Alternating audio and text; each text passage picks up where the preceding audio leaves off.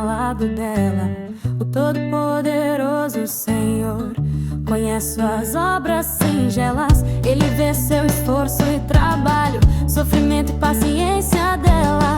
O grande soberano Senhor que deu a sua vida por ela.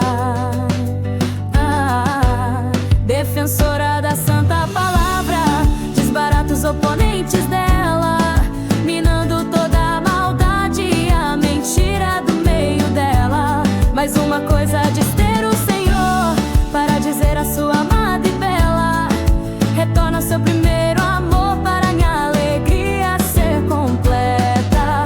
Ouça o que eu digo, faça o que eu mando, e alcançareis a vitória.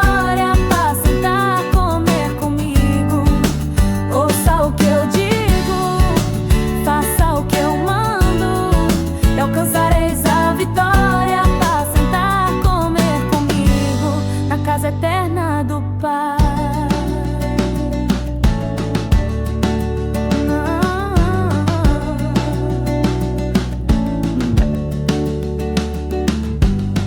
O que tem a igreja nas mãos e caminha ao lado dela?